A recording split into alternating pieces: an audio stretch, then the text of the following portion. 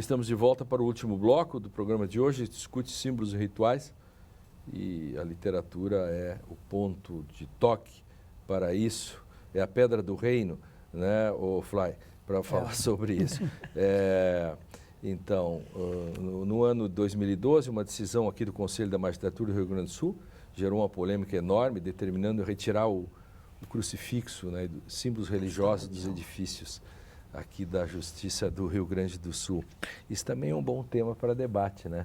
Por que tirar o símbolo ali do crucifixo, né? O brasileiro gosta de reis Pois é. e gosta de rainhas também, né? E segue um pouco esse modismo geral, talvez de origem francesa, que também a época napoleônica, tirando símbolos. A França tem essa tradição, né, da coisa dos símbolos sagrados, religiosos, do ponto de vista religioso. Na escola pública, não é? Então, eles... E a gente aqui, de alguma forma, também segue, mas, de qualquer maneira, nós gostamos de reis e rainhas. O grande problema aqui seria como mudar o nome da cidade de São Paulo, né? Pois... De Santa Cruz do Sul. Esse é vai o problema, né? Vai ser difícil. Cristo Tem muitos Redentor, santos. invade Os portugueses o público. botavam um nome de santo por dia. A minha preocupação, né? porque eu gosto muito do Natal, seria a inconstitucionalidade do Natal. Porque, afinal, fere o Estado laico. Tá? Eu estou brincando, né? Mas há um certo exagero nessas coisas aí de ficar... Mas os portugueses resolveram isso, a festa deles é no dia de Reis. É de Reis, acha, não é? Mário, que ano a gente está mesmo, né? O ano 2015 da era cristã, que também é uma questão... Lógico. É uma questão artificial. Da nossa formação também. Voltamos ao Crátilo, né? Quer dizer... as palavras, os nomes são convencionais, mas convencionais em termos, porque depois que eles entram no ritual, entram numa história, eles perdem essa convencionalidade. Né? Veja, assim como o nome próprio, acho que toda essa questão a gente teria que voltar. Qual é a função do nome próprio, do sobrenome e do nome próprio, como a gente diz nós, né? O nome e o sobrenome. Veja,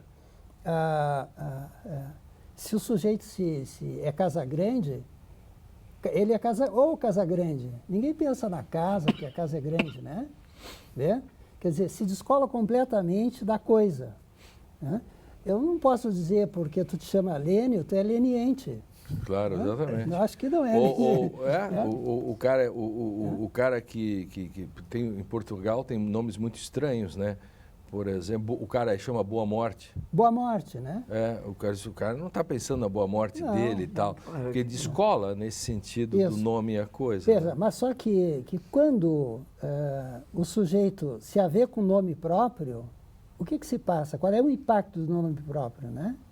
Se apropriar deste nome, que não quer dizer nada, né? Casagrande não quer dizer Casagrande, e que remete a ele mesmo. Ele se confronta com esse elemento faltante, que no próprio nome próprio está. Né?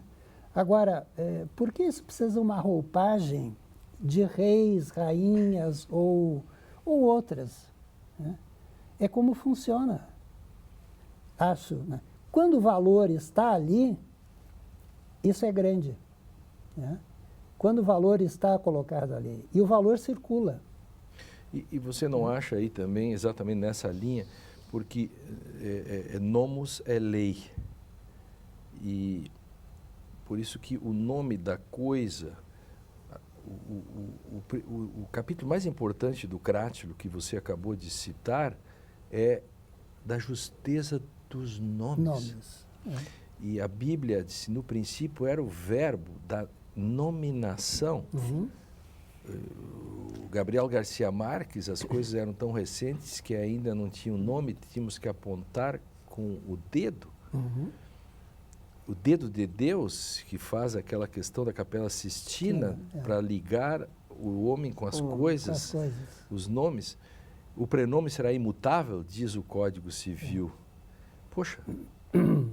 Isso é muito forte. É muito forte isso, né?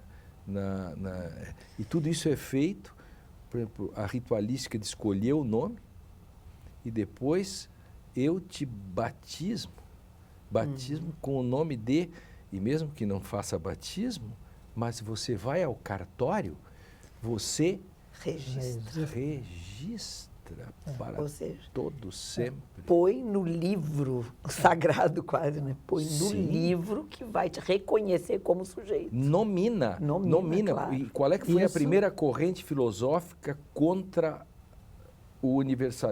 as universalizações? O nominalismo do Ockham. Ockham, Poxa, Guilherme de que o que dá existência às coisas e a nós são os nomes, né? Claro. exatamente. O que Hegel diria, né? A palavra é a morte da coisa. O que fica é a coisa nominada, que é a cultura, que é onde nós vivemos. Claro, verdade. porque a palavra não é a própria coisa. Não é a própria Não. coisa. A palavra bomba não explode. Não explode. E nem a palavra água molha. É.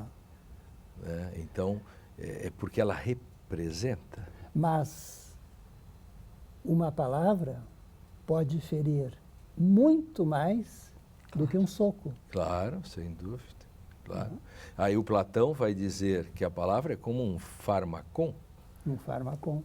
Ela pode ser um veneno, um bálsamo, um remédio. Né? Essa é a questão. Então vejam que nós estamos inseridos até o pescoço, né? E até o pescoço também é uma questão simbólica. Porque eu não estou pensando até o pescoço quando eu estou falando em até o pescoço. Mas está inserido até o pescoço. Mas estou inserido até o pescoço. Porque... Então voltamos a uma questão daqueles reis e rainhas. Reis e rainhas. Reis e rainhas. Então, diga Porque aí. Pelé é rei do futebol, Isso. não é? Ah. Por quê? Porque qual é o mais forte aí? É a palavra ou é o sujeito? Ou é o sujeito? Como é que a gente sai dessa situação? Porque ou não saímos. Não sei, os dois aí podem responder Pois isso. é. Ele virou imortal. Ele é imortal. Né? Com esse nome, o rei do futebol, Pronto, é isto. ele é imortal. Isso é mais forte do que qualquer coisa, do que o número de gols que ele fez. E a Xuxa, que é a rainha dos aos baixinhos. 29 anos. 1000 gols aos 29 anos. Isso é muita coisa. E- É por isso que ele é o rei, só por isso. É interessante pensar, já que estava se falando de nomes, enfim, o rei do futebol, a rainha dos baixinhos, né? Os epítetos, né? Gregos. E de que forma eles funcionam enquanto evocação. Né? Evocação do mesmo modo que o nome. Né? Do mesmo modo que o Claro, nome. claro. Porque é indiferente eu dizer Pelé ou eu dizer rei do futebol. Na verdade, eu estou me referindo, todo mundo identifica qual é o referente Exato. aí. Porque aí nós Exatamente. chegamos a uma coisa chamada enunciado performativo, que é eivado de simbólico feito numa dada ritualística. Basta eu evocar o nome, né, de rei do futebol e já está aí a figura do Pelé, Xuxa, a rainha dos baixinhos, enfim. Claro. Mas, enfim, então nós estamos... Claro. E a sociedade acaba construindo no imaginário, né, utilizando-se do imaginário, ela gosta o nome dos prédios, né? Por exemplo, o condomínio gosta muito de ter nome de condes, porque nobreza, conde, e afasta a patuleia. Então, você nunca vai ter um prédio pobre chamado Conde ou Duc de Loyer, né? Sei lá, seria o Duque mentiroso, mas enfim, o de aluguel, mas o Duque tal, é sempre outro nome, né? Então, você já viu um condomínio tipo Alphaville, né? Imagine se o nome fosse Rui Barbosa. Não é. Não ia não ficar- bate, né? Não, casa bem assim, ficaria é bem. boulevard. Boulevard. Palavras francesas. Mas por que têm- é isso? E por que palavras francesas? Entende? Qual é o papel performativo da linguagem dentro de uma simbologia em que cada um assume o seu lugar na sociedade, inclusive com o nome das ruas já, o nome dos logradouros? Ah, o lugar que cada um ocupa, para mim, sempre me traz a lembrança, um exercício que eu faço com os meus alunos de graduação, quando eu dou literatura portuguesa no primeiro semestre de literatura portuguesa. Eu apresento o mapa projetado, o mapa mundi projetado, de cabeça para baixo, e peço que eles me identifiquem em Portugal. É muito boa. Né? E aí eles começam assim, tá de cabeça para baixo. E eu fico de costas. Por quê? E assim, como? Tá de cabeça para baixo. Depois da 10ª vez que eles me dizem que tá de... Eu disse, mas parei um pouquinho, o globo não tem lado. É verdade. Hã? E por que isso é assim? O Mário respondeu antes já, né? Que se tornou algo normal numa dada sociedade que nós estamos embaixo e os Estados Unidos estão em cima. norte e sul. Não, e tem mais, né? Tem aluno que diz, mas é porque o norte é para cima. Que o norte é para cima. É. Pois é, né? É que ele está um pouco desnorteado. Né? É verdade. É verdade. Enfim, nós estamos chegando ao final do programa e estou tentando pensar quanto tempo nós temos ainda. Penso que devemos ter um minuto e pouco. Nós perdemos um pouco pela agradável, o tema é agradável. A literatura é vasta, assim, que vocês poderiam indicar de outras leituras, de centenas que tem sobre isso, para o nosso telespectador? Um livro que eu trouxe aqui não faz muito tempo, O Sol é para Todos, que é uma cena de julgamento que é importante, que nós temos esses lugares, a acusação, a defesa, junto com o tema do E quem quer ler racismo. também, né, sobre isso, pode ler o da Mata, né? Exatamente. O Carnaval, Malandros e Heróis. Carnaval, Malandros e Heróis. Tem- Pensei no Também. Brasil, não é longe daqui, fora Sequim também. E quem quer fazer mais sofisticado um pouco, o Castoriadis, né? Vai visitar o Monte Parnasso e o Templo de Delfos, aonde todos esses segredos se mostravam, e sempre sem cair os véus. Tá A certo. Grécia está em crise, professor. Como Mas- iremos até lá? Mas agora é exatamente por isso que está fácil de ir. Tá fácil de ir, Deve então estar tá mais bom. barato, não, pessoal? Eu quero agradecer a vocês por essa agradável conversa.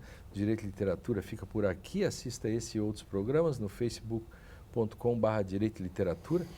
Eu estou peleando aí para que, de fato, isso que eu estou dizendo seja verdadeiro, porque às vezes eu mesmo não acho no site os vídeos que eu estou anunciando aqui. Então, estou falando a Unicinos, que assiste o programa, para que me ajudem a arrumar esse site.